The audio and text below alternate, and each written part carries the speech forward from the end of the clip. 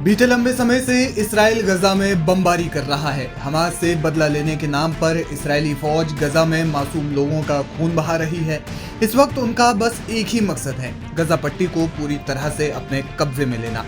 लेकिन अब ऐसा लग रहा है कि इसराइल की इस जिद में उसके साथी देश उसका विरोध कर रहे हैं। वो देश जो शुरू में उनके साथ खड़े थे। जी हाँ, हम बात कर रहे हैं फ्रांस की। साल 2023 में जब हमास ने इसराइल पर हमला किया तो फ्रांस ने इसराइल के आत्मरक्षा का समर्थन किया था। लेकिन अब जिस तरीके से गजा में कत्लेआम मचाया जा रहा है उससे फ्रांस भी हैरान है। कुछ समय से फ्रांस इसराइल पर युद्ध रोकने का दबाव डाल रहा है और इसी कड़ी में फ्रांस के विदेश मंत्री जीन नोएल बैरोट ने अरब इस्लामिक मंत्री स्तरीय समिति के वरिष्ठ सदस्यों से शुक्रवार को मुलाकात की। इस दौरान गजा पट्टी में चल रहे संकट और क्षेत्र में शांति को आगे बढ़ाने के प्रयासों के बारे में बातचीत की गई।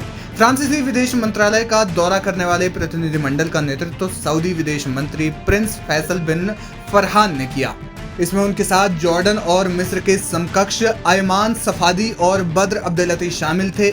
बैरोट के साथ उनकी चर्चा गजा में युद्ध को समाप्त करने, मानवीय सहायता की निर्बाध आपूर्ति सुनिश्चित करने और फिलिस्तीनी लोगों और कब्जे वाले क्षेत्रों के खिलाफ इसराइली बलों द्वारा चल रहे उल्लंघनों को रोकने के लिए समन्वित अंतर्राष्ट्रीय प्रयासों पर केंद्रित थी, जिन्हें अंतर्राष्ट्रीय कानून और मानवीय मानदंडों का उल्लंघन बताया गया है। सऊदी प्रेस एजेंसी ने रिपोर्ट किया।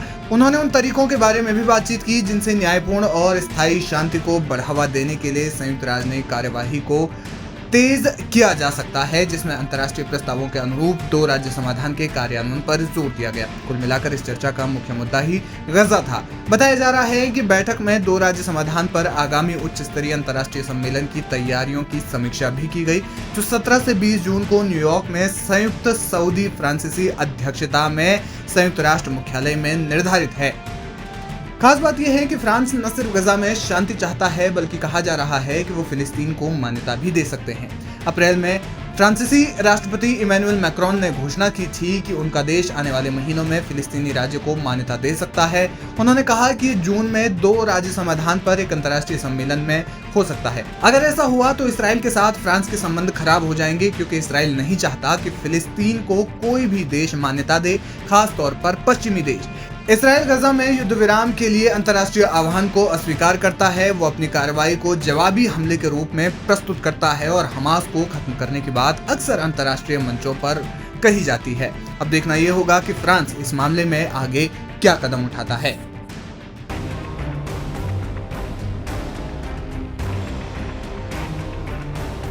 गाजा में हालात बेहद खराब हो चुके हैं। इजरायली सैनिकों पर लगातार अत्याचार के आरोप लग रहे हैं। इसी बीच इजरायली फोर्सेस पर नया आरोप लगा है कि आईडीएफ आम लोगों को शील्ड के तौर पर इस्तेमाल कर रही है।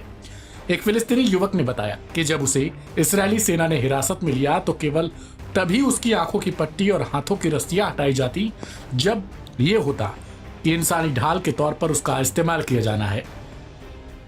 36 साल के इस फिलिस्तीनी युवक ने बताया कि उसे सेना की वर्दी पहनाई गई और उसके सिर पर एक कैमरा फिट किया जाता है।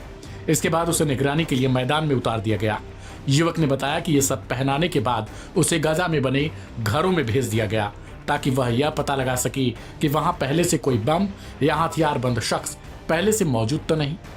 हैरान करने वाली बात है कि आईडीएफ यूनिट बाय यूनिट युवकों का इस्तेमाल करती है, यानी एक यूनिट का काम खत्म हुआ तो उसी फिलिस्तीनी शख्स को दूसरे यूनिट को सौंप दिया जाता। अब दूसरी यूनिट इसी तरीके से अपने काम को समाप्त करने के बाद उसी शख्स को तीसरे यूनिट को भेज देती, यानी यूनिट बाय यूनिट एक ही शख्स का लगातार इस्तेमाल, वो भी एक सर्विलांस के लिए। एक फिलिस्तीनी शख्स हमदान ने बताया, उन्होंने मुझे पीटा और कहा तुम्हारे पास कोई और ऑप्शन नहीं है, या तो ये तय करो या मरने के लिए तैयार रहो। मुझे पिछले साल गर्मियों में लगभग 2.5 हफ्ते तक इजरायली सेना ने उत्तरी गाजा में बंधक बनाकर रखा था।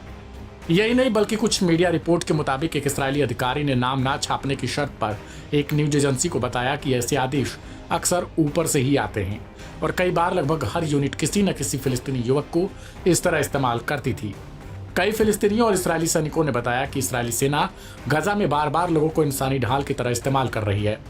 एपी से बातचीत में कुछ इजरायली सैनिकों ने खुलासा किया कि सेना में मच्छर प्रोटोकॉल नाम की एक प्रक्रिया अपनाई जाती है, जिसके तहत फिलिस्तीनी नागरिकों को जबरन सैन्य अभियानों में आगे किया जाता है, यानी उन्हें मानवीय ढाल बनाया जाता है। सैनिकों ने बताया कि इस रणनीति को अपनाने के पीछे का तर्क कह दिया जाता है कि इससे ऑपरेशन तेज होगा और गोला बारूद की बचत होगी और युद्धों में कुत्तों की मौत से बचा जा सकता है। लेकिन असलियत में यह एक क्रूर और शर्मनाक प्रथा है। गौरतलब है कि सेना आमतौर पर ऐसे प्रशिक्षित कुत्तों का इस्तेमाल करती है जिसके सहारे वो सर्विलांस का काम करवा लेते हैं और आसानी से वहां पर अपने बमों या फिर जो भी उन्हें कार्य करना होता है उसको अंजाम देते हैं। लेकिन उनकी जगहों पर फिलिस्तीनियों का इस्तेमाल IDF द्वारा किए जाने की खबर आई है। एक सैनिक के मुताबिक जब यह तरीका एक बार इस्तेमाल हुआ तो यह खेत में लगी आग की तरफ फैल गया। सभी ने देखा कि यह कितना आसान और असरदार है। उसने यह भी बताया कि एक ऑपरेशन मीटिंग में कमांडर ने एक स्लाइड दिखाई जिस पर लिखा था एक मच्छर ले आओ, यानी किसी भी स्थानीय व्यक्ति को पकड़ कर ले आओ। इसमें सुझाव दिया गया कि सड़क से कोई भी उठा लो। इससे भी अधिक चौंकाने वाली बात यह है कि नागरिकों को भिंडी जैसे अपमानजनक शब्दों से बुलाया जाता था। यह दर्शाता है कि सैन्य सोच में किस हद तक अमानवीयता आखिरकार आ चुकी है। और अब आरोप लगाया जा रहा है कि क्या यह मानवीय मूल्यों का उल्लंघन नहीं है, और अगर है तो फिर कोई देश इस पर क्यों नहीं बोलता।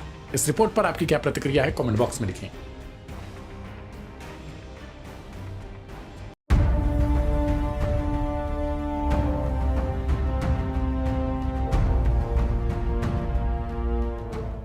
गाजा पट्टी पर एक बार फिर इजराइल की ओर से भीषण हमले शुरू हो चुके हैं।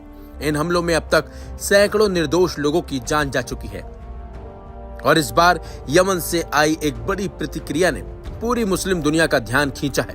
यमन की अंसारुल्लाह आंदोलन के नेता अब्दुल मलिक अल हौदी ने इजराइल के हमलों के खिलाफ चुप्पी साधे बैठे मुस्लिम देशों की तीखी आलोचना की है।